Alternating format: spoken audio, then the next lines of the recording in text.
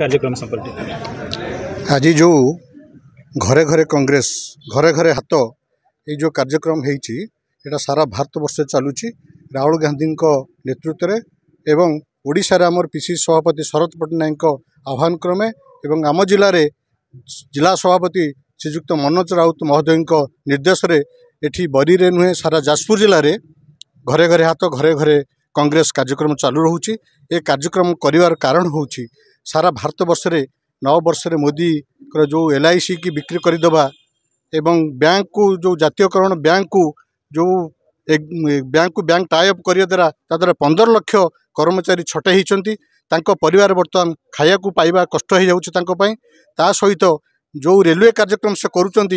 गोटे Dwarika express railway कार्यक्रम कर जोटा कि एग्रीमेंट होती 18 कोटी टंका गोटे किलोमीटर को खर्च हवा कथा से 250 कोटी टंका खर्च होती से द्वारिका स्काम रे 6741 कोटी टंका स्काम होती भाव में भारत वर्षर पेंशन स्कीम पैसा को मोदी आदानी हाथ में और अंबानी हाथ में टेकी देती जहाँफल कि गरीब बुढ़ा बुढ़ी मैंने 1 तारिख पेंशन पाइबा परिवर्ते 15, 16, 20, 25 मास शेष भी हो जाए तार ठीक ठिकाना ना यही कार्यक्रम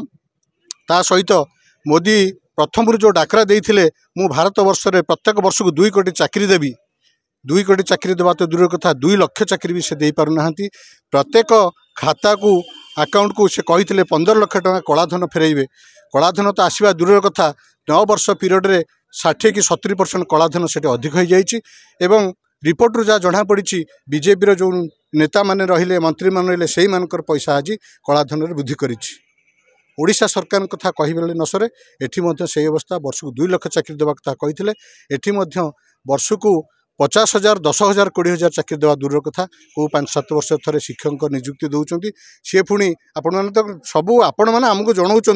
जे किभली भाव स्काम हो 14 लाख 15 लाख